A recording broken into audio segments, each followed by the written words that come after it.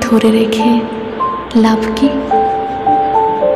যখন থেকে বুঝে যাবে বড় বড় মেসেজগুলোতে প্রিয় মানুষটাকে অনুভূতি পাঠানো বৃথা, তখন থেকেই ছোট ছোট মেসেজ লিখে পাঠাতে শুরু করো। কিছুদিন পর থেকেই কিছু একটা পরিবর্তন দেখতে পাবে।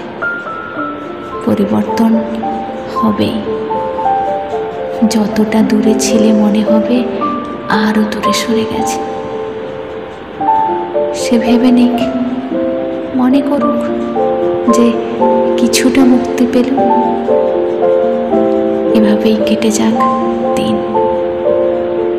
পরিবর্তন যেখান থেকে শুরু হয়েছিল সেখানে পরিবর্তনটা এবার মনে চলে গেছে। হয়তো সব ঠিক হবে, নয়তো অধ্যায় শেষ। ধরে রেখে লাভ কি?